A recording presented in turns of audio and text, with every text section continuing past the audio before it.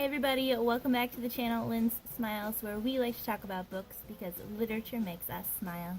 So today I am starting a new series for you guys that I am calling Favorite 5.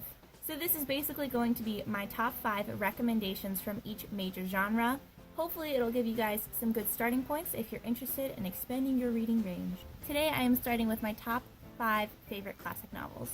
So if you haven't read a whole lot of classic novels in the past and aren't really sure where to start, I guarantee you've heard of probably all of these titles, and hopefully you will love them just as much as I did.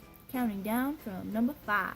Number 5 on this list is going to be Jane Eyre by Charlotte Bronte. Published in 1847, this book is regrettably the only novel on this list written by a female author. I know guys, I'm working on it. More classic novels by female authors on the way. This story follows the life of a young woman named Jane Eyre as she falls in love with and marries a man named Mr. Rochester. It's literary fiction that touches on a lot of religious morals, love, social class, and essentially just growing up as a woman in England in the 19th century. So this work has been popular for about 170 years now, with remakes into 2 operas, 3 movies, and a TV miniseries, as well as a spin-off book called Wide Sargasso Sea written by Jean Rice, following the prequel sort of story of the character of Bertha, which I have also read. So overall, it's a pretty popular book if you want to check it out.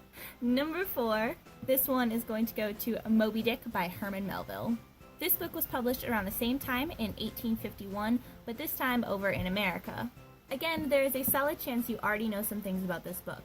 But just in case you don't, the gist is that there's this sailor named Ishmael, call me Ishmael, and he goes out on this voyage and tells the story of Captain Ahab, who is obsessed with hunting down the great white whale, Moby Dick, because he bit off his leg. I know it sounds kind of strange, and it is, and that is what makes this book so interesting. If you like adventures and crazy characters and great writing, Melville is the way to go. Melville. Be my man. That Melville. I love Herman. Number 3. So number 3 is going to go to The Sound and the Fury by William Faulkner. This one is another American novel published in 1929 and was Faulkner's 4th novel. This novel is the story of the Compson family and talks about the struggles they face falling as a formerly wealthy family in Jefferson, Mississippi. It is split up into 4 sections, the first 3 of which are told from a perspective of the Compson family, and the 4th of which is told by a sort of third-person omniscient point of view. It tackles major issues of race and civil war and aristocracy, and Faulkner actually plays a lot with our concept of time, just because the entire first section of the novel is actually written by a character with a severe mental handicap. It jumps around a lot, it's kind of hard to follow, but if you make it through that, it's totally worth it. Moving on to number 2.